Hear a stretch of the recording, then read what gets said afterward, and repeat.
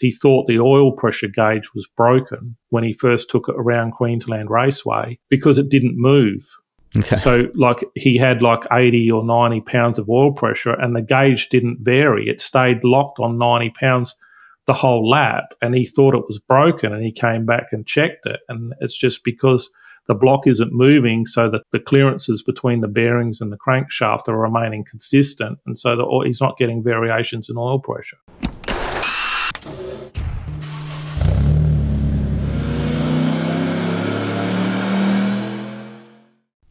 Welcome to the HPA Tuned In podcast. I'm Andre, your host, and in this episode, we've got Darren from Billet Race Engineering in Australia joining us.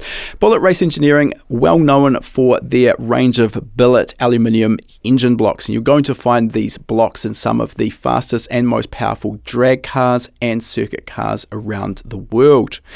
Anytime we post anything about billet blocks, we inevitably get a handful of people complain that when we replace the factory cast iron or cast alloy block with a billet version, well, obviously at that point it's no longer a 2JZ, RB26 or 4G63 or whatever it may be.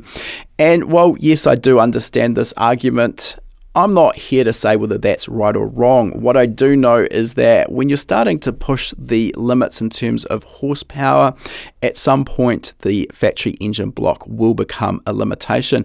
Also, with some of these blocks now going out of production, it's becoming increasingly difficult and also increasingly expensive to source replacement factory blocks, which starts to make the billet version look like an attractive and cost-effective solution. In this interview, we dive into Darren's background, how he actually got his start in the automotive industry, which is relatively unique, how he ended up purchasing an engine machining and engine building operation, how he moved into head porting and purchased one of the first 5-axis CNC head porting machines in Australia, and then how he transitioned that into building billet engine blocks. We dive into some of the common limitations and failure points of factory cast iron or cast alloy blocks, and we talk about how going billet can solve those problems. Also, how a billet block can be more serviceable than a factory cast block. In particular, in some instances, it can be possible to repair a billet block that's, for example, had a conrod go out through the side of it. Now, before we jump into our interview with Darren, just for those who are maybe new to the podcast, High Performance Academy is an online training school. We specialize in teaching people how to build quality, reliable street and race engines. We also cover topics such as engine tuning, building wiring harnesses. We also cover race driver education, race car setup, and even some fabrication topics. You can find all of our courses at hpacademy.com/courses, but relevant to our conversation with Darren today is our engine building fundamentals course and our practical engine building course. Our fundamentals course, as its name implies, covers the fundamentals of engine building. You'll learn all about the assembly process of the engine, all of the components that go into the engine. You'll learn about the common machining operations that we will require to take a factory road-going engine and basically repurpose that for a competition use. This will allow you to speak the same language as your engine machinist. You'll also learn about the clearances inside the engine, the tolerances that go along with those clearances, and how some of these clearances may need to be adjusted when you take an engine that perhaps was designed to produce 300 horsepower at 7,000 RPM, and you want that engine to produce 600, 900, maybe 1,200 horsepower and run to 10,000 RPM. You'll learn about the selection of the components that go along with the internal assembly of that engine as well. Now, moving on to our practical engine building course. This builds on the knowledge taught in our fundamentals course. This time, as its name implies, we jump into the practical assembly process. And I know that this can seem a little bit daunting, particularly when you get your freshly machined components back from the machinist. What do you do first, and what process or what steps should you take? What order should you proceed in? Well, what we've done within this course is broken the entire engine building process down into the HPA 10-step process. By doing this, each of the individual steps is quick and easy to complete. And in no time, you've got to the end, you've got a properly assembled engine. You're going to be confident that the assembly has been done correctly, that every clearance inside the engine is exactly what it should be. And this is going to give you the confidence that when it comes to startup for the first time, it's going to produce great power, great torque, and most importantly, deliver excellent reliability. Now, that 10-step process is generic, which means that you can apply it regardless whether you're building a inline 4-cylinder, an LS V8, V12, or essentially anything in between. We then dive into our library of worked examples, which is where you can watch that 10-step process being applied from start to finish on a real engine building job. And this will give you a broad range of experience on different engine platforms. Now, if you are interested in either of those courses, we will put a link to both of them in the show notes. And as a podcast listener, you get to use the coupon code podcast75. That will get you $75 off the purchase of your very first HPA course. All right, with our introduction out of the way, let's jump into our interview with Darren now. All right, welcome to the podcast, Darren. Thanks for joining us today. And let's just get started with a little bit of your background and how you sort of got to the point of operating Billet Race Engineering. Okay, well, when I left school, I did an apprenticeship as a fitter and turner. And the timing of that was impeccable because when I came to the end of my time of that apprenticeship, which was at the Australian Railways, was right in the middle of the recession in the early 90s, and they laid all of us off. And so then I did some welding for a while, and then I actually went to university and did a business degree majoring in real estate valuation and economics, and my hobby was drag racing. And that's an eclectic set of skills there. Okay, let's carry on. So that was my hobby, and the idea was I was going to get into real estate and work in the corporate environment and make a lot of money and use that money to go drag racing. And then after about 18 months, I hated going into the office. I just hated the whole environment. I'd been racing in the meantime and associated with different people. And I convinced a local engine builder who had about 30 years experience to sell me his business and work for me for 2 years to teach me everything he knew. At the time, I know a lot of people thought I was crazy for what I paid him and all the rest, even though they didn't really know, but they didn't understand that I wasn't buying the business. I was buying what was in his head. So I continued with that, and that was under my business name was Adelaide Engine Developments. And so we did sprint car stuff, and his business was in the back shed, and I moved it into a building, like industrial building, and we put an engine dyno in, did some other things like just to bring the level up. And then sort of he left after 2 years, after his contract was up. And I was looking at the business, and I just thought that you could make a living out of it, but there wasn't really a future in it because it's just a structure of just being an engine builder. It's so competitive, and there's so many people, and there's people operating out of their homes, and so the overheads are lower, and it just makes things difficult. So then I was looking at what was happening in America, and they were always at least 10 years ahead of us, probably at that point even more. And I could see it was going with CNC porting where it was going. So I contacted a friend of mine, Marcus Jobby, who had worked out of Peter Schaefer's workshop porting cylinder heads since he left school, and he was very good at cylinder head porting and a lot of national record stuff and that. And I asked him if he wanted to go into a partnership with me to put a CNC porting system in. So at that time, there was only one CNC porting company in Australia, in Western Australia. And then actually just before we did it, Performance Wholesale put the same system that we were purchasing in, and about a month before but they had some issues with staff and they hadn't got it going yet. And so we put the system in. We flew an American in. We put the system in. He did the training. And so we were actually the second company in the country to ever CNC port heads. And so then we were just moving forward that way with the system. But like we went out on a limb to do that, and it didn't work out the way we wanted. So there wasn't enough work.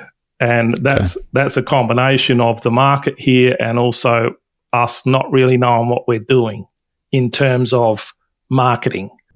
All right, let's just stop there for a moment, because you've covered a bunch of ground. So let's just go back and cover off a few of the aspects here. So starting out, qualified, trained fitter and turner, then moving into purchasing this engine building business.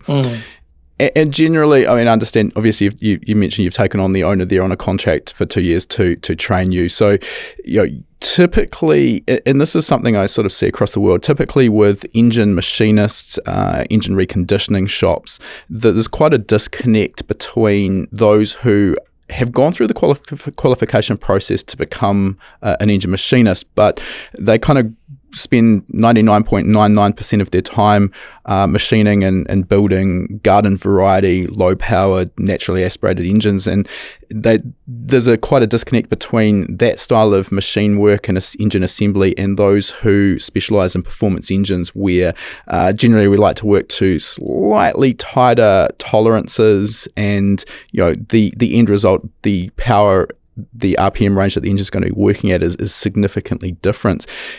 Can you tell us about your experience sort of building up that knowledge and how you sort of develop that learning from the owner?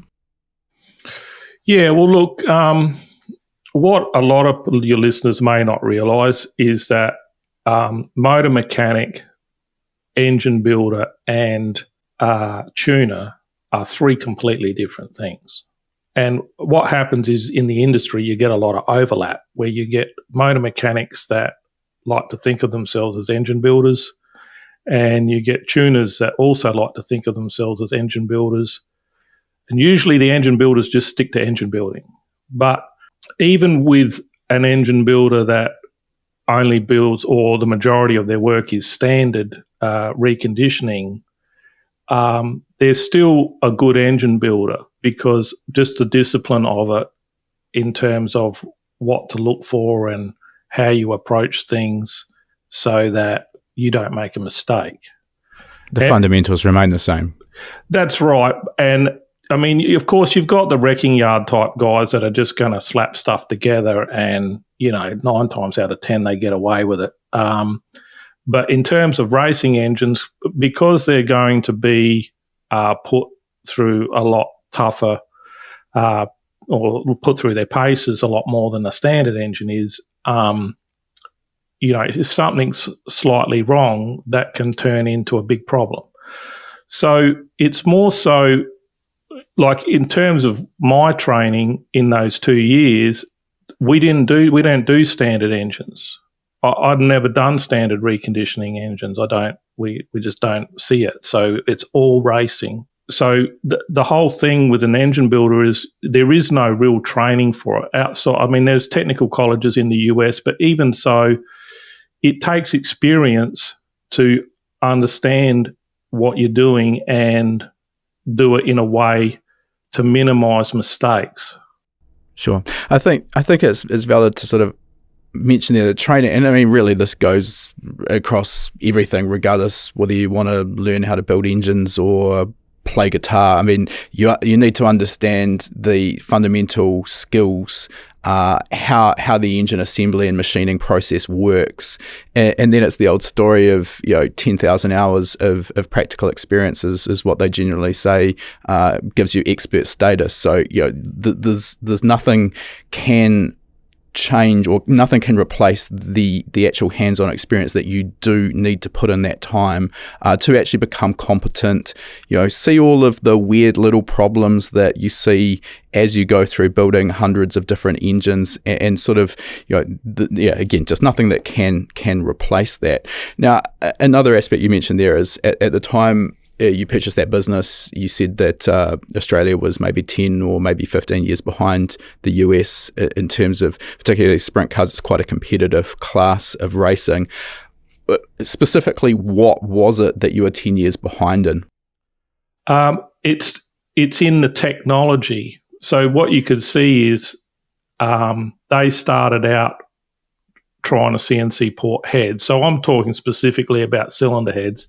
Okay. So that business we named it Bullet Cylinder Heads, which was a mistake because at the time we thought we're going to do a cylinder head business, even though we were engine builders as well. And then, of course, from a marketing perspective, everyone thinks we only do cylinder heads. And so that reduced our market reach because people didn't bring engines to us to build.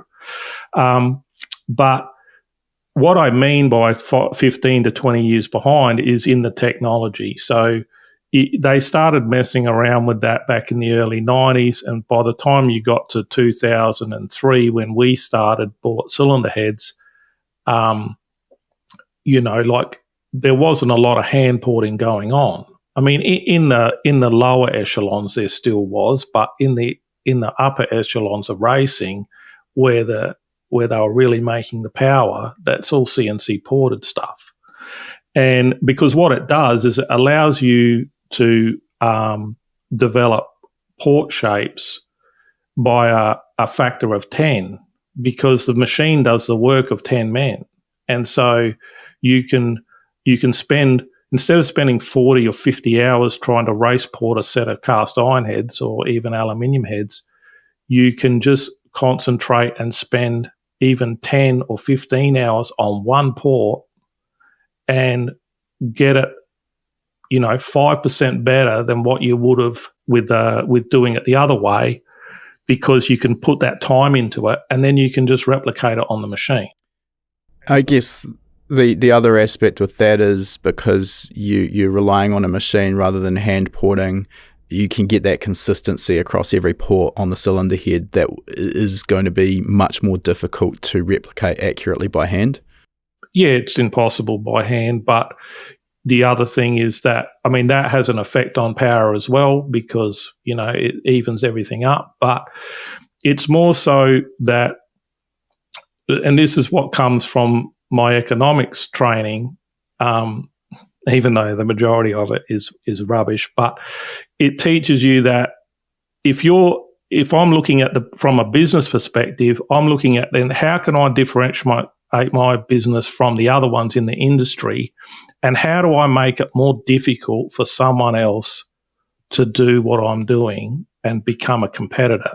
And by investing in the equipment and using technology that not everyone can do, right? Because, you could put an engine together, but you might not have the skills to run the computers and get into the CAD CAM, because that's a whole nother level. So that's not to mention the financial outlay required to purchase the CNC equipment in the first place. That's going to be a hurdle for a lot of businesses that they just can't overcome, correct? That's right. And so, you take the chance that something's going to come of it. But then once you get there, then it's like, well, now someone says, oh, I'm going to start making billet blocks or do this or do that. It's like, okay, well, get $2 million out and buy all the equipment and put in the thousands and thousands of hours trying to program and figure out how to make it in an efficient manner, and let's go. Yeah, that really does put it into some perspective. I don't want to dwell. Obviously, we're here to talk primarily about billet blocks, but this is interesting to me. So I'll come back to one aspect of the engine machining, assembly, and cylinder head porting side of things. You did say that you put in a dyno. How critical was that in terms of you developing the CNC head porting sort of programs for a given engine? Are you sort of going through a process of hand porting, validating on the dyno, iterative modifications from there before you finally settle on a particular program for a given cylinder head, or is that being developed just through the experience of the porter that you said that you went into partnership with there? Or alternatively, also using something like a flow bench for the head to help develop that? And this is an area of the engine that I definitely don't focus on myself. Porting is not something I do, but there's so much to it, as I understand it, sort of where there is that kind of almost merge of science and art, and it's a case of bigger definitely isn't always better as well. Yeah, so the real the honest answer on the dyno is that the biggest advantage of putting a dyno in, and I'm talking about an engine dyno, is that at the time there wasn't very many in Adelaide, and what it does is the other engine builders bring engines to you to dyno them. And like all engine building, you learn more from your mistakes than you do from your successes. And so what you do is you get to see what other people are doing, and you get to see the mistakes that they make.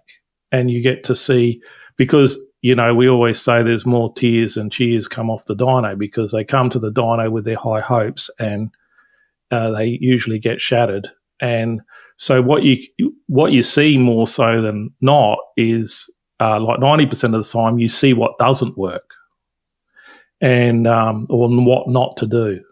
So fast tracking your own sort of development based on the failings of others. Well, maybe not the failings, but just the misses. Yeah. So what we see is it complemented my idea of buying that business for the knowledge, was then putting the dyno in, which went in within months, enabled me to just learn a whole heap more. So basically it enabled me to get 20 years experience in the space of 2 years. Sure. And so in terms of developing cylinder heads, that just comes back to Marcus's ability of, I mean, you know, when you work, he worked in a head porting business. It wasn't even an engine building business. So it's cylinder heads, racing cylinder heads, day in, day out for a decade. And, you know, like, you just can't help but learn a lot. So we basically at the start, we were just working off of his experience. And then later on, we actually did the advanced induction course with Darren Morgan out of Rare and Morrison, and that brought more science into it.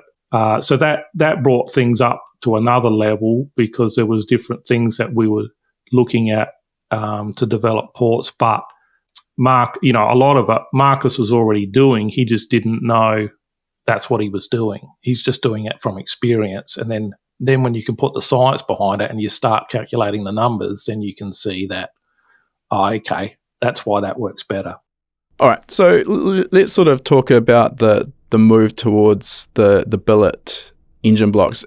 Am I right here in assuming that this sort of stemmed from the fact that maybe the cylinder head porting didn't quite take off like you'd expected? You've sort of got an expensive CNC machine and some knowledge around running it, and you're looking for other things to do with it to make it sort of earn its keep? Yeah, that's exactly what happened. So what we did was we weren't getting anywhere. We just didn't have the volume of cylinder heads, so we just sort of bumped around on the bottom for a few years. And then we started making alternator brackets. And so we made alternator brackets and timing covers for Holden V8s. And the reason we made them is because no one made them. And it was relatively simple. We didn't need a lot of tooling. So we started making that, and then we moved into Cleveland's and Chrysler's and different things. And then in 2010, we'd built some Japanese stuff. So I built some customers that had run V8s. There was some overlap there, and we built we had a guy bought an OS Geekin out of Japan, and it was a short motor, and we wouldn't put our name to it just without pulling it apart and checking it. And luckily we did, because it was terrible. In fact, you're talking here the OS Geekin 3-litre RB, is that correct, with the high deck block? Yeah, okay. No. They got a plate in there to raise the deck. But I mean, it was that bad that one of the pistons was an interference fit in the ball. Right. Only by this is straight out of Japan. No one's actually touched it. Brand new engine. Brand new engine. And I remember in the industry, the local industry here, they said we were crazy for taking it apart because we'd screw it up. But when we took it apart, I mean, there was just issues after issues. So anyway, we fixed that engine up and it went together and he did quite well with it. And then I did some SRs.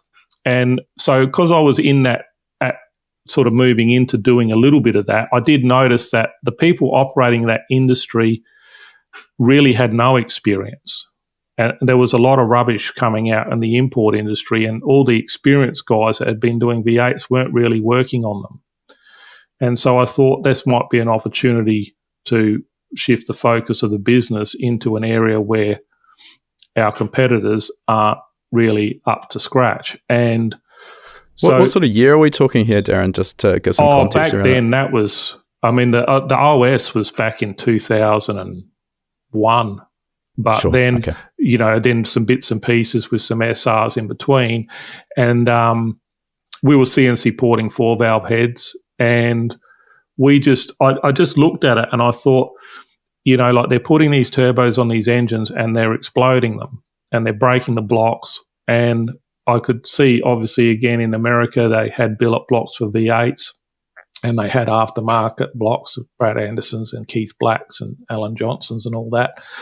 And I thought, no one makes them for the 4 cylinders and 6 cylinders, the import guys. And so I just thought, well, that's what we did with the alternator brackets. We make something that no one makes. They're low volume, but it's all right for us.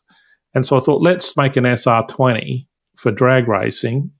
But we had to have water in it, was the thing. And so we made the first SR20 in 2010, and it went into Ben Bray's car. And Ben Bray set a world record with that car, with that engine in it. And it was very agricultural and very basic, but it worked. But back then, though, the exchange rate was quite high, and so that the exports were hard because we were expensive. So then it didn't really take off until Murray Coote used the SR20 in Time Attack and then people saw that the water cooling, because no one believed the water cooling would work in the billet block. They just... Yeah, I mean, conventionally, if we look at the billet blocks that you mentioned before from the likes of Alan Johnson, Keith Black, these are dedicated drag blocks. There's just no water jacket in them. There's no requirement, of course, the engine runs for a few seconds down the drag strip, gets shut off and gets towed back. So particularly when you combine running on methanol fuel, the cooling properties of that, coolant is just unnecessary, correct? Yeah, that's right. They can get away with it, and it makes the design and manufacture of the product much easier when you don't have to deal with the water. And so we did the one for Ben, and then he was friends with Colin Wilshire, and so we did a Mitsubishi for Colin. And again, that wasn't something that we could sell. It was sort of a hybrid type thing, and it was very chunky, very thick and basic, just enough to get the job done. And then, of course, Colin started going fast with that as well. And so, yeah, as I said, once Murray used it in Time Attack, and at the same time as he used it, he came second that year, and then the exchange rate started to move in our favour, and then all of a sudden the phone started ringing and people asking about doing it. And then around about that time, I had a friend of mine that was helping us after hours, who was an experienced software engineer, applications engineer for SolidWorks and programmer. He came to work for me, and that's when our designs started to change to become more intricate. And then we bought another machine, and that was more dedicated to making blocks, because basically we were using the CNC porting machine to make the blocks, but it wasn't ideal.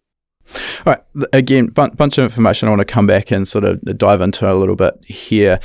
So around this time, sort of essentially what you've said, you were basically at the forefront of producing import-style billet blocks. No one else at that time's doing it, correct? Yes, we were the first. And then Okay. MazWorks made an SR20 not long after we'd released ours. All right.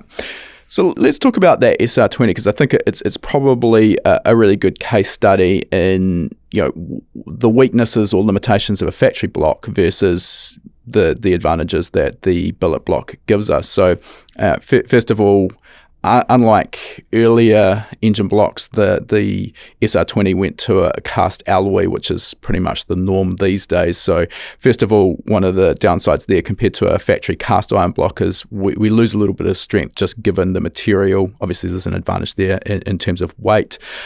Then we've got problems which we've experienced ourselves with the factory caps, which can crack around about the 400 to 600 horsepower, depending how lucky or unlucky you are. You've got the strength of the sleeves that are inserted into that cast alloy block to actually give the ring something to run on, the integrity of those, reliability under high cylinder pressure, and of course we've also got problems with head gasket integrity once you start getting into the very high boost levels. So Can you talk to us about how the billet block addresses those individual aspects?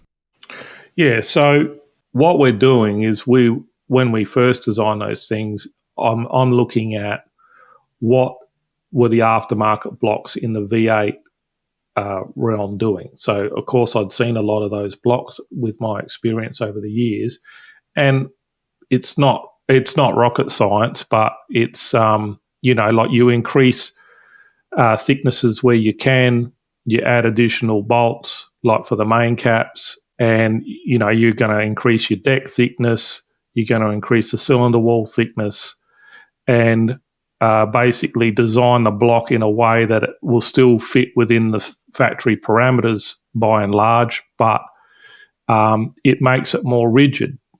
And so the reason that blocks fail, aside from like a conrod failing and putting a window in a block, but the reason that the block is the failure point is because it's moving. And when it moves, it moves to a point beyond the yield capacity of the material it's made for.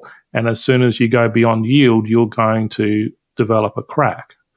So the idea is to make something that's rigid in the areas where it needs to be, and then also in a way that comes down to how you prepare it when you put it together, is that you want to radius areas and get rid of sharp edges, which is just standard race engine building stuff, because that's where a crack's going to develop, because that's the tightest point. Like when you come to a point, then it doesn't take a lot of movement for a crack to start from there, because it's not like it's moving over a distance of a meter where it would have to move a whole lot before it cracks.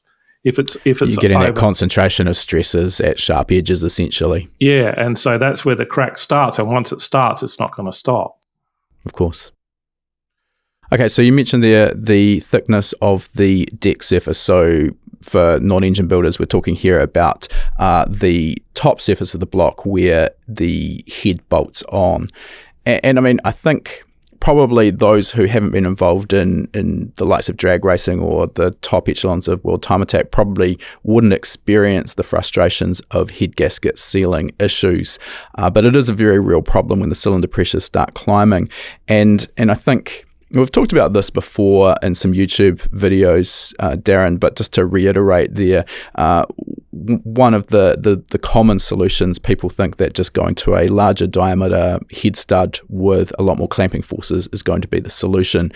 And of course, it isn't always going to be a solution. We do get essentially a situation where the thickness of the deck surface on a factory cast iron block or cast alloy block is insufficient. There's not enough integrity there, and it can actually flex along with the head, correct? Yeah, so while putting a larger head stud or a stud with different material with a higher clamping force will improve things, it's still in the midpoint between the two studs on the cylinder. is where you'll usually see a head gasket fail. Like, it never fails right next to the head stud, because that's where your clamping force is at its maximum. And that's just because the material isn't rigid enough, the clamping force at the midpoint is going to be lower than what it is right next to the stud. And so by increasing the thickness there and the way the shape of the material underneath the deck and around the cylinder, then what you're doing is just allowing for less flex. That's all you're doing. And so that just means that there's more clamping force on the gasket all the way around. And then you'll still get to a point where the limitation of the cylinder head is what causes the gasket to fail, because the cylinder head is suffering from the same problem as the factory blocks, just to a lesser extent. So that was the main thing. And again, that's just, when you look at a dart block, for instance, in a V8, that's one of their advertising points, is it's got a 3/4 inch deck. So you're not really reinventing the wheel here. You're taking existing technology that's been developed and proven over the years with these US aftermarket block manufacturers and just incorporating it into your own design for import engines, correct? Yeah, and I think the big difference with ours is that our water-cooled blocks are still a Siamese bore and dry sleeve, which there's a lot of options out there to do it a different way, but it doesn't give you the rigidity and the integrity in the block, because the block acts as like a beam as well, where one of the comments that Murray made when he got the first engine was he thought the oil pressure gauge was broken when he first took it around Queensland Raceway, because it didn't move. So he had 80 or 90 pounds of oil pressure, and the gauge didn't vary. It stayed locked on 90 pounds the whole lap, and he thought it was broken, and he came back and checked it. And it's just because the block isn't moving, so the clearances between the bearings and the crankshaft are remaining consistent, and so he's not getting variations in oil pressure. That's a good next topic to discuss, is that integrity of the bottom end in terms of how the crankshaft is retained. And you've already mentioned that one of the changes you made on the SR20, and I think you've carried this across to all of your block designs, is moving from a conventional 2-bolt design where each of the main bearing caps is individual and is bolted into the block with just 2 bolts.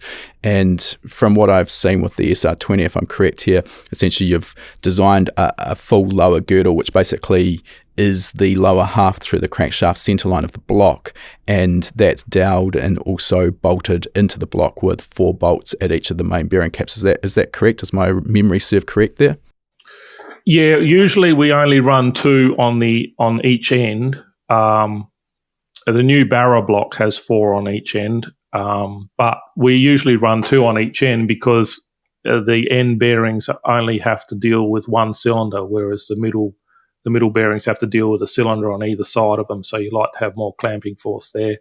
But yeah, I mean, we did that. You see that in some factory engines like the VR38. And also the K-Series Honda, they do that. But we did it because to give us the integrity, but also it does make the manufacturing easier, or it makes it a different process, because you don't have to start with as thick a piece of aluminium, because you're splitting it at the crank center line instead of having the sides of the block come down and then a cap that sort of sits up inside the pan rail. So that makes the piece of material that you have to start with 3 inches shorter to make the block. So it just improves the economics of the process. Well, it does. I mean, you have to do extra work because you've got to make a cradle as well, but also you don't have to use long tooling. So you can use shorter tooling to get into the crankcase and machine it out, which means you can do it faster. Sure. So there's various reasons for doing it, but the way that system works is, it makes it very rigid at the bottom, and, people just don't have bearing issues.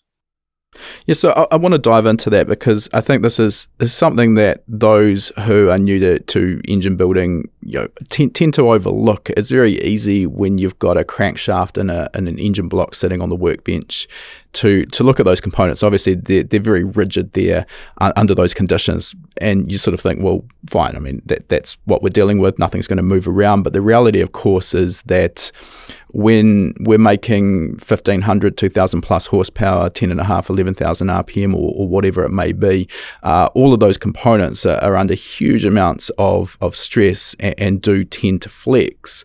The crankshaft's going to flex, and that can result in bearing contact or bearing issues, getting rid of that, removing that oil film that protects the bearing and journal surface. And also the other part with a factory block, and I see this time and time again when you start ramping up the power level, is if you pull one of those main caps off, or a cradle in the likes of maybe the 4G63, and you look at the mating surface between the two components, and you can see signs of fretting, which is microscopic amounts of movement between the two components. And the only way we can get that is that the cap or the cradle is physically being sort of lifted off its mating surface under high load and allowing that relative movement that results in the fretting. But the upshot of that as well is we tend to, basically it creates a leak path for our oil pressure, so our oil pressure ends up reduced, which I'm guessing is what you were mentioning with the MCA hammerhead, where Murray noticed the oil pressure was much more solid. Is that sort of a fair summary of those aspects? Yeah, I mean, that's what you see happening when you do see fretting. That is because in effect it is lifting, but it's got to do with the harmonics, and they're moving around. So the cap is moving around in the register of the block, and then of course the material picks up on each other, and then you end up with those fretting marks, as you mentioned. So, in terms of the bearing clearances, so that moves, if you get that to the extreme, which you're more likely to see in a conrod where the cap is coming away from the fork, the upper piece of the rod, then what it does is it actually hammers the bearing. So you get a hammering effect, and you'll see this with detonation. And so what it does is it hammers in the center of the bearing shell, and then it will actually pull the edges in at the parting line. And so when the edges pull in, they act as a scraper, and they'll scrape the oil off of the journal, and then you have no oil, and then it overheats and you run the bearing. So what a lot of people will look at that and they'll say, oh, we ran out of oil, but they didn't. What's happened is the bearing has pulled in, scraped the oil off, and caused the failure. And if you get to the point where it's a failure, it's hard, you can look at other areas of the engine to determine that's what caused it. But if you get it at the start and you pull the engine apart and you pull the rods out of there and the bearings fall out of the rod, well, then you can see that's what's happened. And it can happen on the main bearings too in extreme circumstances. And so sometimes that's what's happening. And then other times it's just because the clearances are changing so much that there's not enough oil pressure there, and people try and feed oil in different areas of the block so it doesn't have to travel as far to get to the end bearings and so on and so forth. But they're just band-aiding what's going on. Yeah. A couple of aspects I'll just add there is whenever you suffer from an engine failure, the most important thing in my mind is a thorough analysis to work out what has been the root cause of that failure, because so many people overlook that, spend a bunch of money putting the engine back together and immediately have exactly the same failure occur because they obviously haven't fixed that root cause. That, however, and you sort of alluded to this just now, is often easier said than done when you've got a catastrophic failure, because there can be so much damage created in such a short period of time that often the sort of telltale signs that we would want to look for are kind of masked by the amount of damage that we see. So that can be problematic. But again, really important to focus on what has caused that failure. And another thing that's worth mentioning here is if you're monitoring oil pressure, and generally we sort of see a reasonably good correlation between engine RPM and our oil pressure. Usually, I mean, within reason, a good rule of thumb is sort of 10 psi of oil pressure per 1,000 RPM, give or take.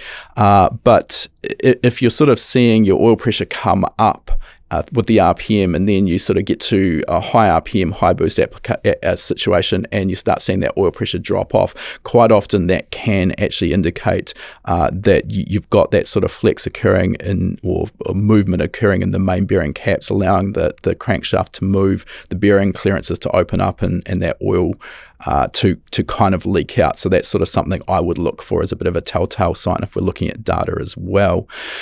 Now, just moving on with the block design, one of the issues with an alloy block is, within reason, at least in the aftermarket, we're not going to be running the rings directly on the aluminium surface. Yes, in OE world, there are coatings that are applied, but for a performance application, we really want strength. So you can't run the rings directly on the alloy. So you're using an aftermarket sleeve, and you also mentioned dry versus wet sleeves. So can you talk to us about the differences between those, what those terms actually mean, and pros and cons, why you are using a dry sleeve?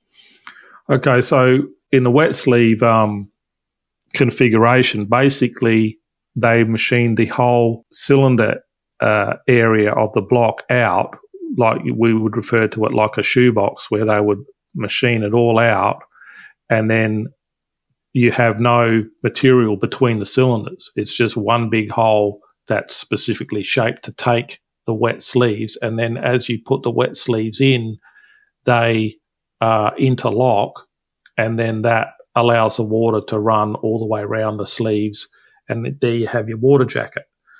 But the problem with that is where your fastener goes is not where the sleeve is. It's not a part of the same material, and so and then you don't have the material joining between the bores, which is where we call a Siamese bore. So you still get some flex there, and so it is better than factory, but it's still, once you get right up there, it's not you'll start to get head gasket failures. So you're sort of fixing one problem, but sort of kicking that problem a little bit further down the track in terms of power levels? Yeah, I mean, it's a little bit like putting the bigger head stud in, like it allows you to go a little bit further, but not all the way. And just for a reference there, that would be common with the likes of the SR20, which obviously we're currently talking about, very common to do exactly that, have essentially the guts of the block machined out for the likes of maybe a Darton mid-sleeve style installation, correct? Yeah, so the main ones they do it on, or the first ones I recall was on the LS engines, LS V8s, and then the VR38 is like that, even in the billet version. Even in our billet version, it's like that because it's just impossible to do it another way. And then on the SR20, I think there's a version there. So in some instances, you can't use that method because the bores are too close together and there's just no room. So that's your wet sleeve option. But the dry sleeve option is you've got the Siamese bore in the aluminium, and then you've got support on the sleeve all the way around, and also the fastener. There's no water in between the fastener bosses and the bore. So there's no room for movement there either. And so it just makes the whole thing a lot more rigid. But it just adds design complexities because you've got to machine the water jacket from the outside and then have a bolt-on cover to seal it. And then sometimes that can make it bulkier, so ancillaries won't fit, or ancillaries might have a mounting point right where the water plate goes, which then makes the water plate deal more complex to do. But that's where we put in the extra time to design them the way we do, because it's more about making something that's going to, fit in with what it's going to be used for, rather than making it look a certain way. Okay, let's talk a little bit more about these water jackets. So conventionally, this is really an aspect of the way the factory block is cast. You've mentioned there that you've sort of come in from the side. And I mean, this is difficult to really explain without some photos. So, our followers here, our listeners, are probably just going to have to use their imagination a little bit. So basically, if we lay the block on its side, you're machining in through the side of the block down towards where the sleeve is going to go to provide an area for that water to flow. And then obviously you've got this open hole that you need to cover up. So then you're machining a separate cover that actually bolts in place. Now, in terms of the cooling efficiency or cooling capability of a wet sleeve versus a dry sleeve, I mean, just from a novice standpoint, it sounds like you would potentially have better cooling with a wet sleeve design because you're going to get that coolant directly onto that ductile iron sleeve closer to where the heat source actually is. Is that just not a problem? Does the dry sleeve work just as well in terms of cooling efficiency? Yeah, look, a lot of people misconstrue the cooling in the block, and the cooling in the block is not critical. You need something there, but first of all, you have to separate it. So there's a certain percentage of the engine cooling is the cooling of the block, and then there's another percentage which is the cooling of the head. Now, the cooling of the head is much more important because that's where all the heat is.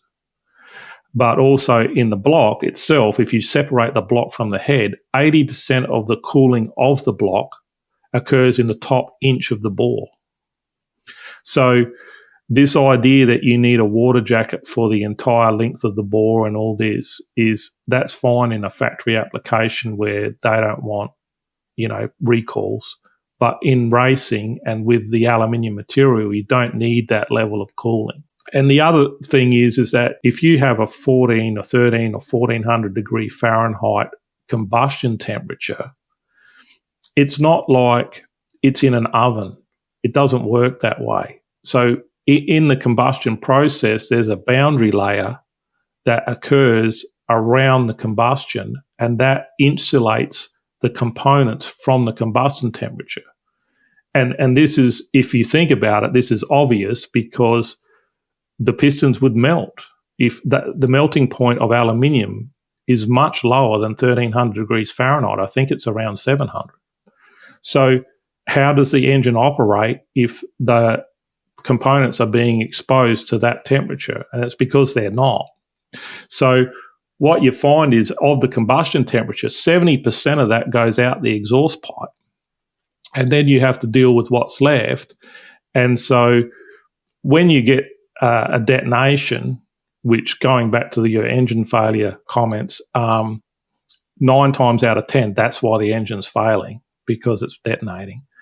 But when you have a detonation, what happens is that breaks the boundary layer and then exposes the components to the heat. And that's why when you see the results of it, you see melted pistons or torched decks or cylinder heads and head gaskets. It's because they're actually getting exposed to that combustion temperature because the insulating barrier is gone. So the cooling has never been an issue. The only issue we've ever had with the cooling is getting people to accept that the cooling that we have in the block is enough, and that's what Murray did in Time Attack. But we only have issues in terms of having something extra to deal with in terms of oil cooling, because the blocks, the billet aluminium is much more efficient in transferring heat into the oil than the cast versions. And so you have to increase oil cooling capacity to keep the oil cool so it doesn't run away on temperature with you. Now, in a street application or drag, that's not an issue, but if you're going to do circuit racing, road racing, where you're going to put on 20 laps, you need to have something there. Okay. Again, a bunch of information to unpack there. I'm really glad that you brought up that mention of detonation and the boundary layer, because I think that's something that a lot of people completely skip over, the fact that the full heat of combustion would simply melt the piston and the cylinder head. So yes, obviously there is a mechanism there protecting it, and detonation, of course, breaks through that boundary layer. So that's why we see initially light pitting, and then obviously in full-blown detonation at high power levels, the side can get melted out of the piston in a very brief amount of time. Also, in terms of where that heat is located, I mean, when you think about the way the engine operates, it's pretty apparent that the majority of the heat's going to be in the cylinder head or high in the combustion chamber. And that's also another trick that a lot of people building the factory cast iron or cast alloy blocks, including myself, have gone through is partially filling the water jacket in the block with a block filling compound, essentially cement or grout as it's often referred to. And if you still need some cooling, the trick there was to partially fill the block, the water jacket. And I've had street applications where that's worked just fine, even though you've got maybe half or 2/3 of that water jacket filled. So that sort of sits in line with what you've said there.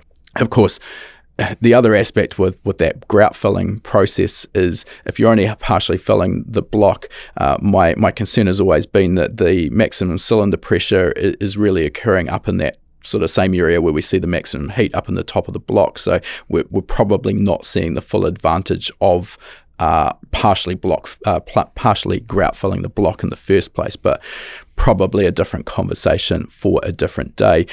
In terms of your water jacket that you're using there, are you still feeding the water from the block up into the cylinder head through the head gasket, or is this done externally to keep a dry deck surface?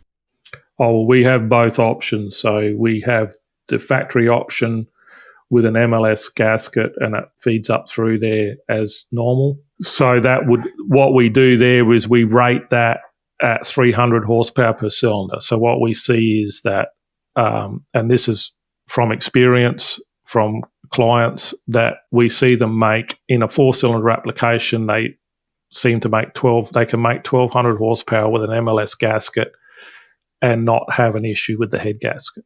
And in the 6 cylinders, we've seen 1,800. I think I've had one client at 2,000 with an RB, but it just started to seep. But once they switched the engine off and let it cool down, the head gasket wasn't blowing. But I think they had a little bit of pressure get into the cooling system. So we sort of try and limit it at 300 per cylinder or less for that. Once you go above that level, then you would go to a dry deck where there's no holes in the deck of the block, and then you have two options there. First, well, you have to close the holes in the head as well, which you weld the holes in the head shut. And then you feed the water externally into the head, and that's where you have two options where you can feed the water into the block with the factory water pump, come out of the block and into the head externally with hoses, or you can split it at the bottom radiator hose and plumb water in and out of the block and in and out of the head separately. We don't see that. That would make people look at that and say, well, you're going to have colder water going into the head because it hasn't gone through the block first, so it might be better, and it may very well be, but we don't see overheating problems with either method. So, and is this a setup that you would normally use in conjunction with the likes of an aluminium bronze sealing ring and then a copper gasket that's really in that instance only there to seal oil? Obviously you've got no water now going through it, so you've got your main oil feed, your high pressure feed up to the cylinder head, and of course the oil returns. Is that the sort of setup you'd use above that 300 horsepower per cylinder kind of line in the sand? Yeah, that's what we do. We supply those style of gaskets, but there are people that are running those styles of gaskets with a water block, which then enables them to make even more power with a water, with an open deck block or feeding the water through the gasket. So we prefer not to do that because you still have a risk there of combustion pressure coming past the ring and getting into the coolant passages. And there's twofold to that, is that first of all ends your day, and second of all there's a safety issue because that's a track for water to come out and get on the track and under the tyres and cause an accident or something like that. I think it's really easy to overlook how important that is. Many people would just consider the head gasket failure as being the main concern. But yeah, if you get some water under the tyres at maybe 150 mile an hour or above, that's generally going to put you straight into the wall, and the driver really doesn't have a chance to do much about it. That's true. And I mean, that aspect comes back into making your choice on whether you're going to go to a billet block or not. And I've got examples. I have a B series guy in the United States who didn't want to spend the money going to the billet block, the extra money. He was presented with a decision or whatever was going on at some point, and then I think it was within the following meeting or the one after, he broke the block, oiled down underneath the tyres and hit the wall. So luckily he didn't get injured, but what it showed was that his decision to save a few $1,000s ended up costing him tens of thousands of dollars. And so that's when people are looking at investing in the billet blocks, they don't have to only consider the money that they're going to spend there and then on making that decision. It can save you a lot of money in the long run because of those issues there. Yeah, I mean, obviously no one ever wants to see cars go into the wall, but unfortunately at the higher ends of drag racing, it does happen due to engine failures like this. Just because you mentioned the cost aspect, obviously you provide a range of different blocks and they're all going to be at different price points. But if we could sort of talk about maybe some generalities of maybe percentage differences, because if we take the likes of the Honda B series that you just mentioned, or the Nissan SR20 that we've also been talking about, if someone wants to prep one of these engines for 1,000 plus horsepower, maybe 1,500 horsepower thereabouts for drag racing, or 1,000 horsepower probably a bit closer for world time attack, there's not an insignificant cost involved with sourcing and then the modifications required to make a factory block somewhat reliable at that power level. What's the sort of, could you give us kind of a rough percentage difference of how much more we're looking at to do a billet block from start to finish instead? Are we sort of talking double? Or are we talking sort of a 50% increase? What's your sort of gut feeling there, Darren? Well, I don't know for sure how much they're spending to modify those factory blocks. And obviously, like you said, it varies depending on the block. I think with an SR20, you could probably spend $4,500 putting the steel caps in it, grouting it, closing the deck, doing sleeving it, doing all sorts of things.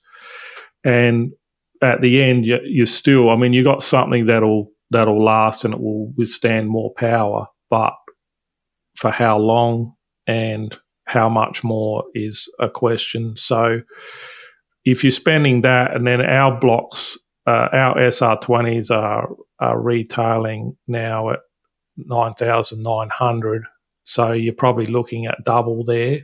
But in addition to that, in addition to the safety issue, the reliability issue, you'll make more power too. So, obviously these guys, they're spending all this money to make more power in the first place, so you've got to put some value on that. Let's talk about that power aspect as well. So, I mean, obviously one aspect is because of the strength of the billet block and everything we've talked about so far, it allows the competitor to run more boost and make more power in that respect. I'm interested, I've had reports from other people that we've interviewed on the podcast that just simply moving from a factory block to a billet block, within reason, every other thing being equal, they've seen as much as another 100 horsepower at the same boost level, putting down to maybe the rigidity of the cylinders not flexing, etc. at that sort of boost level. Is that something that's realistic and you'd expect to see as well? Yeah, in the 6-cylinder guys, I've had reports on 2Js at 200 horsepower more. So that's a combination of things. And so the first is ring seal. And to give you an idea, Speed Factory, when they took delivery of the first billet blocks, they were running 10.5 to 1. I think it was 10.5 to 1 static compression. And they spoke to me about it, and I it was both myself and Bill Miller advised that they should reduce that to 8 to 1, 8.5 to 1 maximum. But the engines were already assembled, and they were going to the track, and they left it. And what happened was, by the 1,000-foot mark, they had bent 2 aluminium rods on the first pass.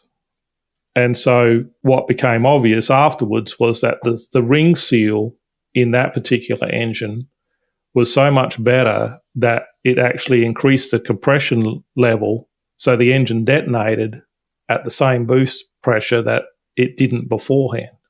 Right. And then I've had other guys come back to me in like the pro classes with the 2Js, and moving from an iron block to our block, they've had to reduce their launch boost pressure from 35 psi to 26 because the engine makes so much more power that they would lose traction at 35 psi, so they'd have to reduce it to feed it in slower.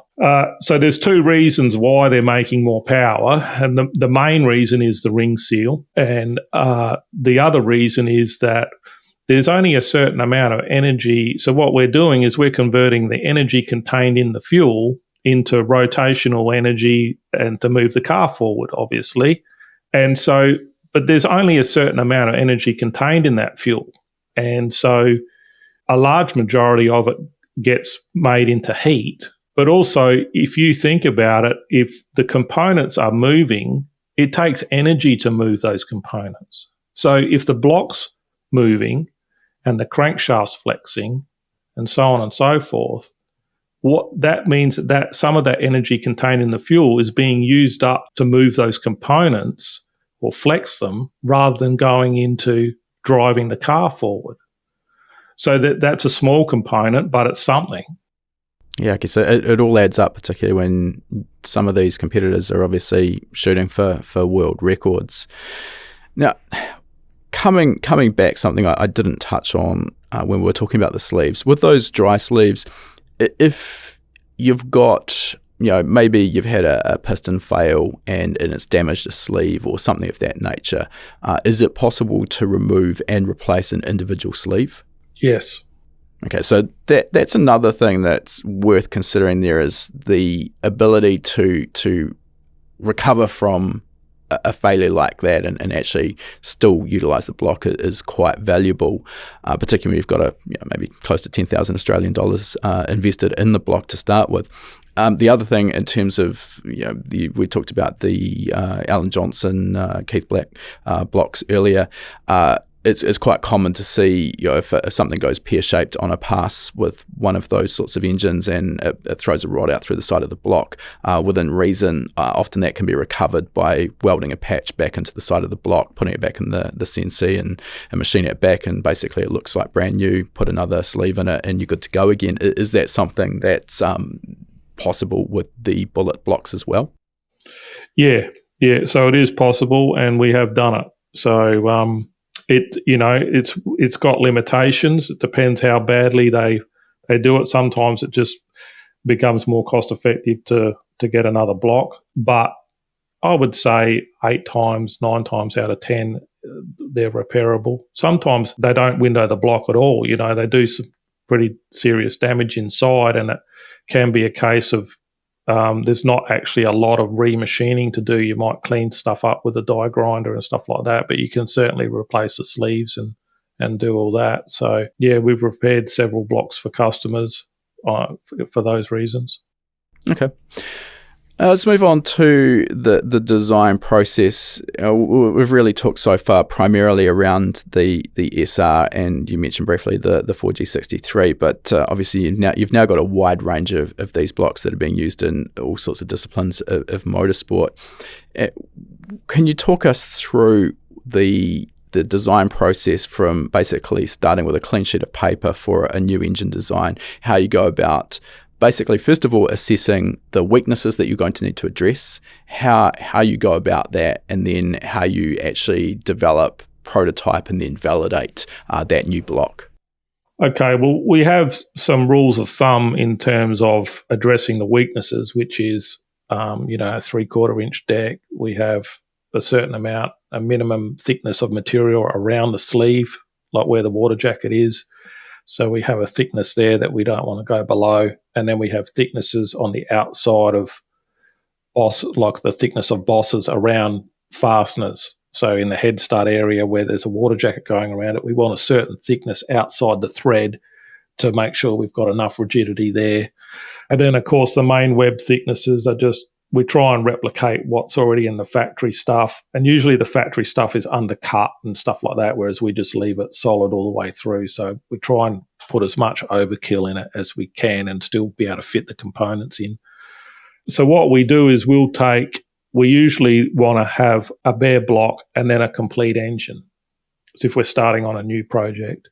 And then what we'll do is that if it's a 6-cylinder block, we have to cut it in half so it will fit in our scanner. So we have a scanner that we use for reverse engineering cylinder head ports. So it's not actually a CMM, it's a scanner to scan surfaces, but we can use it to locate positions. So we use that to locate the positions of dowels and bell housing bolts and where the cylinders are in relation to the bell housing and so on and so forth. And we just come up with a mud map type thing that we do by hand for each side of the block. And then what we'll do is we'll come in and we use SolidCAM. So SolidCAM it's a CAM program for computer-aided manufacturing, but it has a modeler embedded in it, and that can be Inventor or it can be SolidWorks. We use SolidWorks. And so we'll come into the SolidWorks part of the software and we'll start modeling the block from scratch. So we're not scanning it like with a laser scanner and replicating the factory block. All we're doing is taking the immovable measurements that those components or those things in that component have to stay in that position and we can't move them.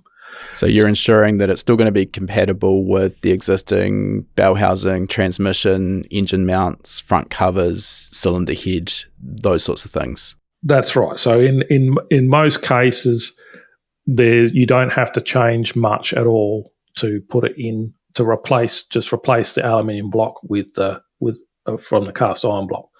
So then we go through the process of modelling it and figuring out how we're going to do our water jacket system with the impediments that are in place because of the way the factory design is. And the thing is about that is that because I'm a machinist as well as a modeler, that can make a big difference because someone that just models who doesn't understand the machining process may model things in a certain way that you can't machine them, or it makes it difficult to machine it.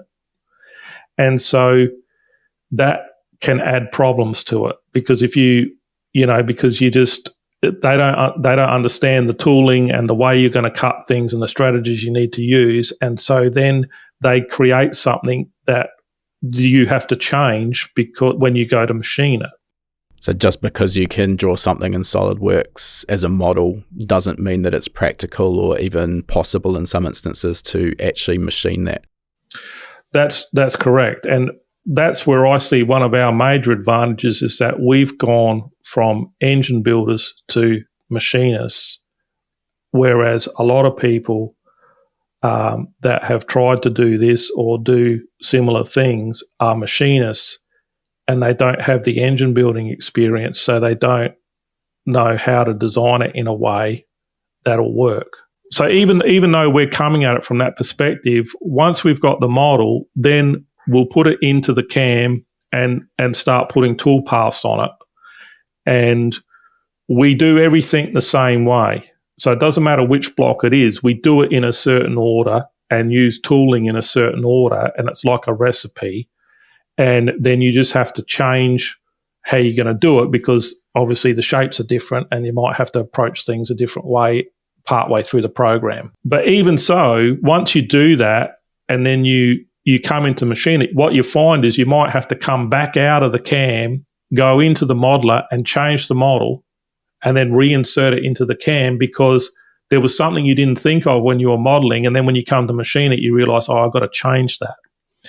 And then that happens again once you get it into the machine. So once you get it into the machine and you start actually cutting it, then you start encountering other problems where it's like, oh, that's not going to work. I'll have to go back and change it. So that process probably takes 500 hours. Oh, okay. And so once we've got it to that point, then it might take 4 or 5 blocks through the machine where we get to a point where we're confident we can leave it. So after that, after machining the first one and then through that next step is where I refer to it like I tune up the program.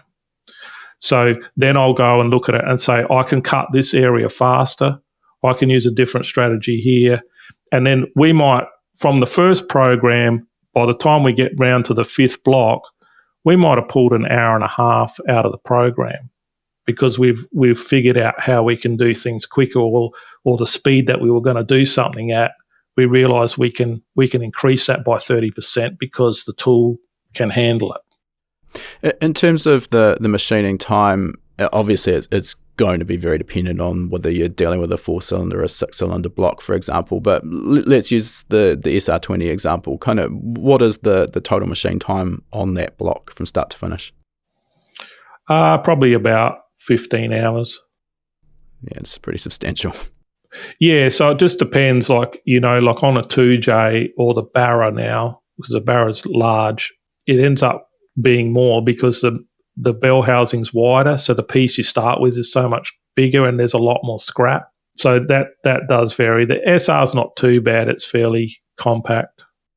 On that note, obviously, you particularly mentioned the Barra there, the wide bell housings. So you're starting with a very large piece of billet and then essentially machining away everything that isn't needed, which on face value seems like an incredibly wasteful process. Granted, I mean, it's the means to an end.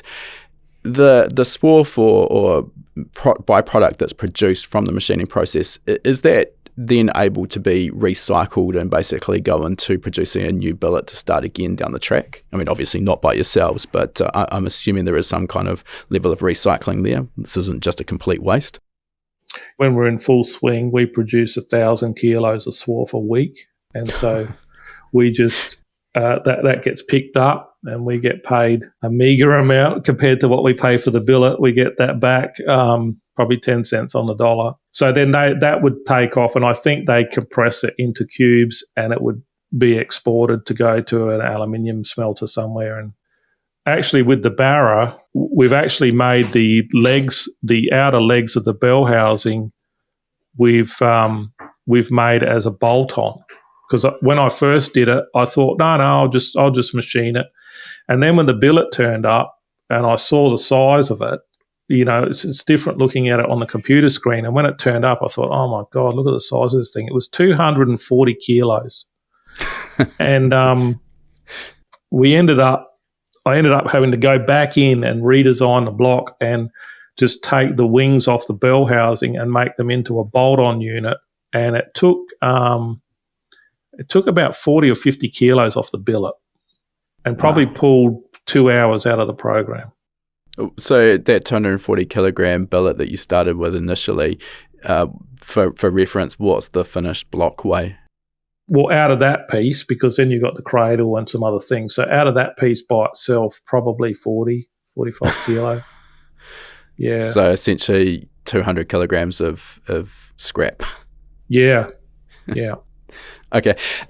In terms of sort of the validation of the design in terms of whether it's going to be up for the task in terms of cylinder pressure, etc., that it's going to need to withstand, is this coming from experience and your rules of thumb, or are you incorporating any finite element stress analysis through your Solidworks software to sort of have that confidence that it is going to be strong enough for your task? No, we're not doing any of that sort of thing. We're just it just comes from experience and then seeing what the results are from the guys in the field. But no one's actually got a block to fail as yet. Everything else around them's failed, but the block itself, we haven't had an engine failure because the block's failed as yet.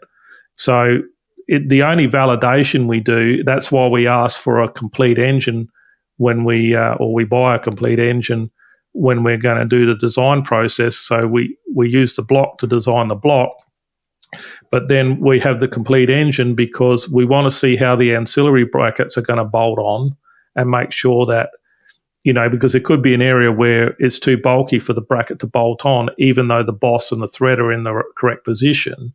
Something next to it might stop you from bolting the alternator bracket on because it hits it or something.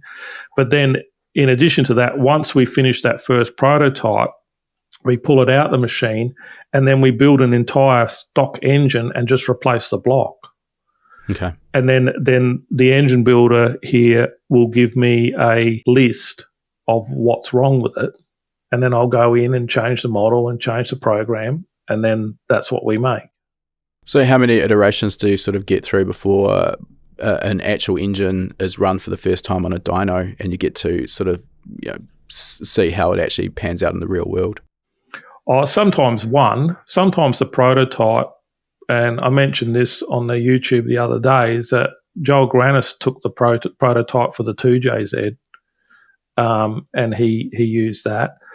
But that's not the same as what the second block was because we made some changes. And again, that it's nothing serious. What it is because a boss for an alternator bracket or something's in the wrong position, or an engine mount. Like on the barrel, one of the engine mount bolts was in the wrong position, and just stuff like that. So it's not really the fundamentals of the engine, it's more the ancillary stuff of physically being able to bolt on the factory engine mounts, alternator brackets, etc., and just make the engine easy to actually install and utilize. Yeah, I mean, it's all sorts of things can go wrong just in terms of the transfer from scanning the block. Then you've written it down on a mud map in pen, and then when you transfer it into the SolidWorks software, you might have probably not put a decimal place in the wrong spot, but you might be a millimetre or two out because of something to do with the transfer. You didn't write the number down correctly or something like that. So, Human error always creeps in somewhere along the line. Mm. Okay. In terms of the actual validation on the track or whatever happens, the dyno, how often is the sort of feedback there in terms of not just the ancillary parts we've talked about, but in terms of problems that may crop up that need to be addressed in a more fundamental way, or is that pretty rare? Catastrophic problems haven't really occurred. It's been more so that maybe they've said, we want you to put a breather here, or can you change the clearance here because the oil pump bracket we use, we have to grind the block to fit it.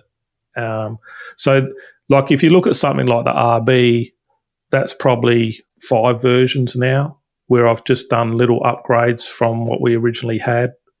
And then the SR had a lot, because the SR was our first, there was a lot of problems with that because, we made mistakes scanning it and different mistakes along the way. And again, that's where you learn. So now we're at the point now where, like with the Barra, the first Barra that came out the machine, when the engine builder put it together, the list was like 5 or 6 things that had to change, right? So it's just, you know what to look for in advance the more you do it. No surprise, you've sort of learned from the experiences that you've had so far. Goes without saying, really. One of the questions we quite often get asked is around differences or complexities when it comes to actually machining and assembling a billet block versus a factory cast alloy or cast iron block.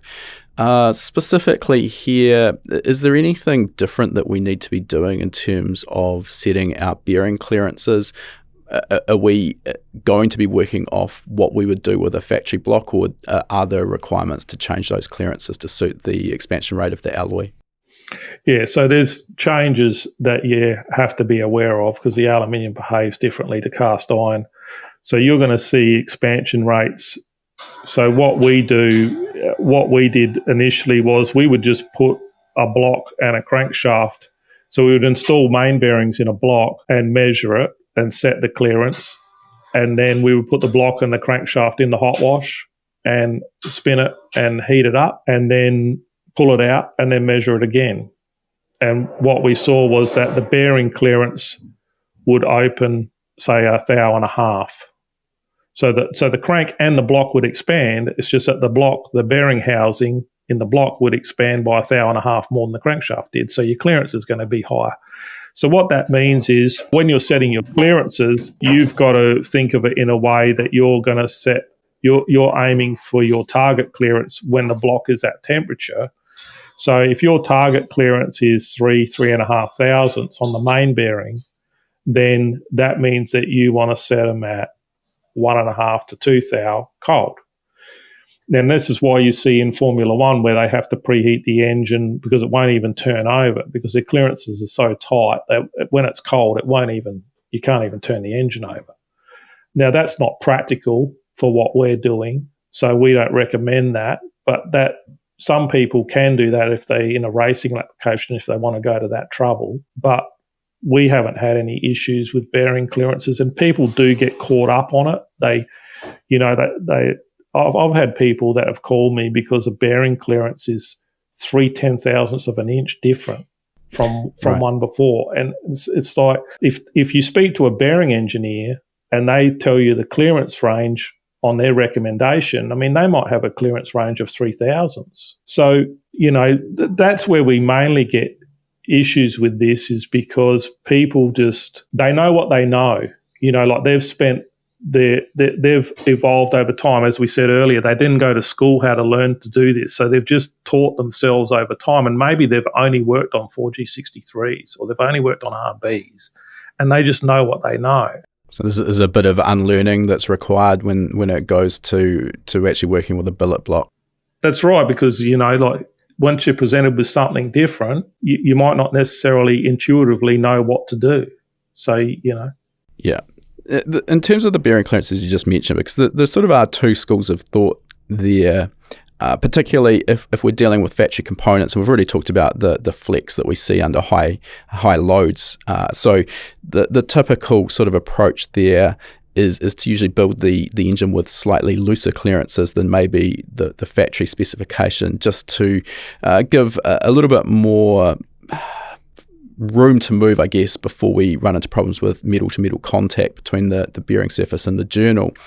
However, if we look at a race engine, you mentioned Formula One there, and your own billet blocks, obviously we've talked about how much more rigid those components are, so we don't get that flex so much. So it's common to build the engine with tighter clearances, allowing the use of a lighter viscosity, thinner viscosity oil, and get some advantage with a reduction in frictional losses around that.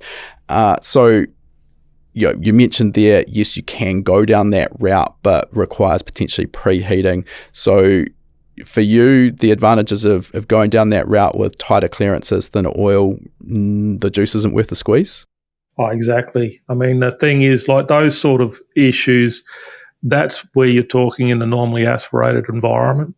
And so when we're talking in the turbocharged area, there's so much power available. Nothing you couldn't make up with another 0.5 PSI of boost.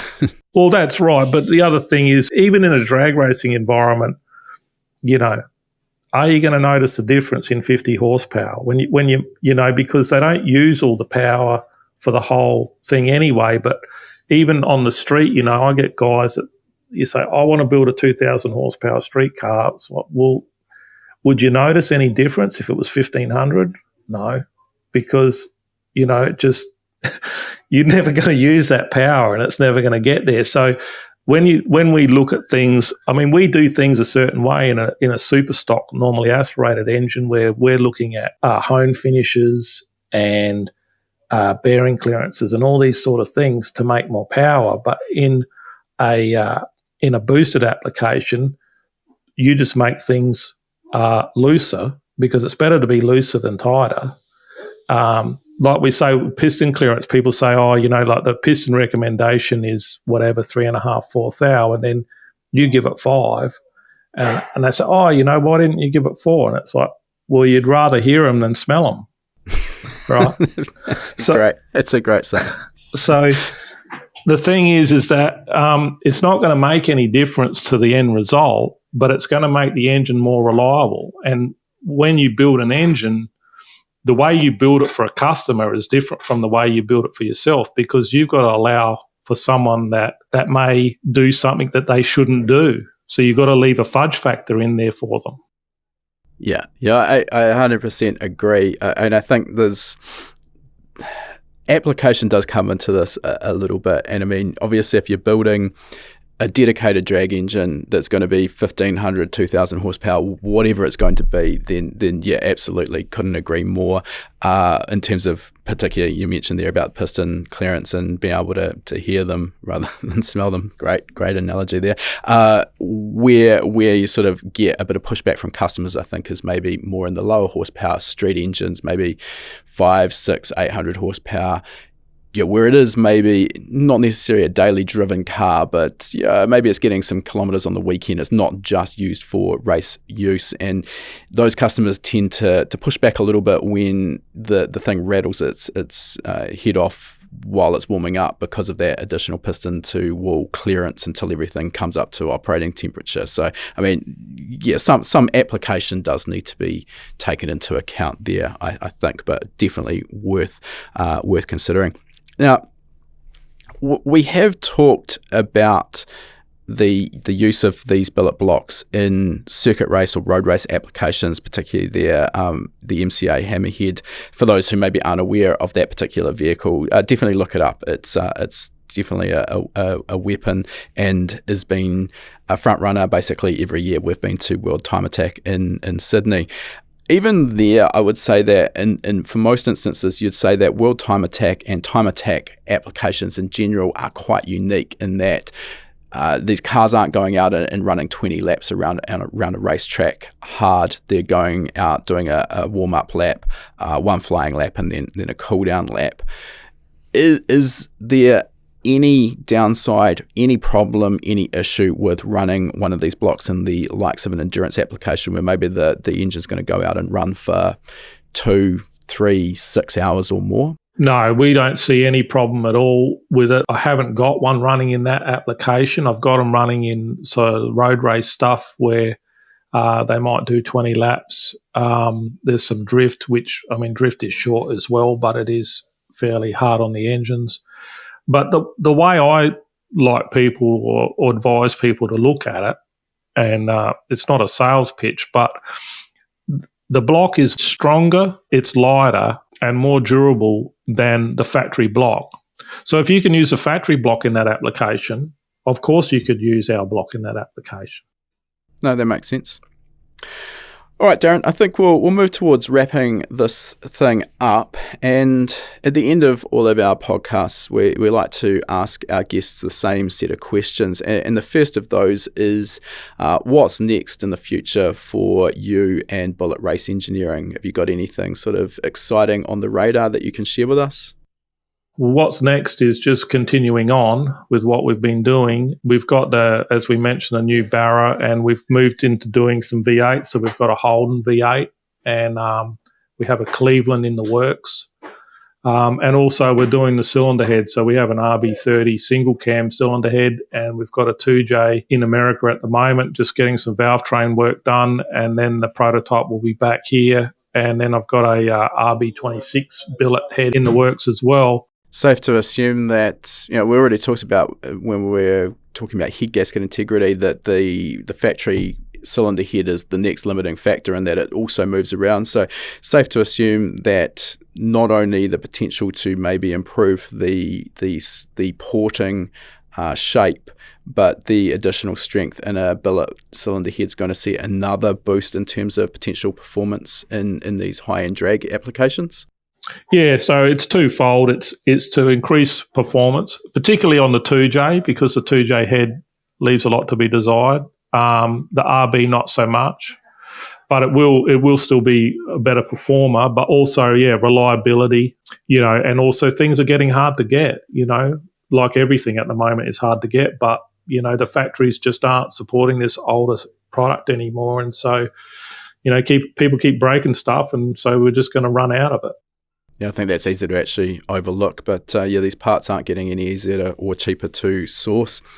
All right, given everything that you've gone through in what has been a pretty extensive career with a couple of shifts in direction so far, is there any advice that you would give to a younger version of yourself that would help fast track your sort of career and get you where you've got to faster? I think, if anything, it would have been better to have a better idea on marketing, on how to present the business. I think we were so focused on the technical side of it that we sort of dropped the ball on that, which made, it extended the time in which we got to where we are. But I've talked to Marcus about this, my business partner, that we wouldn't be where we are today if we didn't make all the mistakes along the way, which is an obvious thing to say. But the point is that you had to make the mistakes to learn what not to do. Yeah, and I think that's really easy to overlook is when you're just starting any enterprise, you're in that situation where you just don't know what you don't know. So there's a necessary learning curve. The other aspect that you just mentioned there, I'll just reiterate as well. And I see so many people in the automotive industry particularly, they get involved and started because they're good at a particular aspect of that, be it fabrication, tuning, engine building, whatever that may be. And that's their passion. That's what they want to do 8 hours a day, 40 hours a week. And they sort of start a business and very quickly find out that the actual work that they want to do is actually only one part of the business. And there's the accounting side of things, there's the quoting, dealing with customers, and then, as you mentioned as well, marketing, particularly these days, has become so much more critical. And if people can't find out about you and don't know what you're doing, the phone's not going to ring. So it is kind of, you got to bring all of these facets together, and it's often trickier to do than most people would think. And I think that's where a synergy can come about, where partnering with someone who is interested and passionate about the marketing and the business side of things, that works so well, and which is exactly what's happened with High Performance Academy. I mean, my side of the business is the technical aspect, and I've got my business partner Ben, and obviously now a number of staff that focus on the other aspects in terms of the marketing and the production. So we couldn't turn out what we do if it was just one person. It's just not possible. Last question for today, Darren. If people want to learn more about Billet Race Engineering, find out more about you and see what you're up to, where are they best to go to? Okay, well, they can find us on Facebook, and we put some stuff up there, Instagram, and then we have a new website that we did a few months ago, which has an online shop, and that has a blog on it, which we've populated with some stuff, but we're looking at putting more stuff on there, and we're actually looking at having a section there. We have a membership section, but we're looking at having like a university, what we call a Bullet Engine. I think it's Bullet Engine University or something. So I might be competing with you soon, but we're looking at trying to have a membership section where guys can pay an annual membership, and then we'll have videos and tutorials on there on hardcore engine building, where we'll talk about things that you probably wouldn't find most people would reveal in terms of how to build an engine and how to prepare it and what to look for. Oh, exciting stuff. I'm all about education. The more, the better, and particularly, someone like yourself sharing that wealth of background knowledge from working on these engines day in and day out for so long. That's going to be exciting. I hope that helps a lot of people. We'll put some links in the show notes to those resources as well, so people can find them easier. All right, Darren, thank you very much for your time. It's been really interesting, and we appreciate you coming on to share all of that information. Oh, thanks a lot for having me. It's been great. All right, that concludes our interview. And before we sign off, I just wanted to mention, for anyone who's been perhaps hiding under a rock and hasn't heard of High Performance Academy before, we are an online training school and we specialize in teaching a range of performance automotive topics, everything from engine tuning and engine building through to wiring, car suspension and wheel alignment, data analysis, and race driver education. Now remember, you've got that coupon code. You can use podcast75 at the checkout to get $75 off the purchase of your first course. You'll find our full course list at hpacademy.com/courses. Important to mention that when you purchase a course from us, that course is yours for life as well. It never expires. You can rewatch the course as many times as you like, whenever you like. The purchase of a course will also give you 3 months of access to our Gold membership. That gives you access to our private members only forum, which is the perfect place to get answers to your specific questions. You'll also get access to our regular weekly members webinars, which is where we touch on a particular topic in the performance automotive realm. We dive into that topic for about an hour. If you can watch live, you can ask questions and get answers in real time. If the time zones don't work for you, that's fine too. You're going to get access as a Gold member to our previous webinar archive. We've got close to 300 hours of existing content in that archive. It is an absolute goldmine. So remember that coupon code podcast75. Check out our course list at hpacademy.com/courses.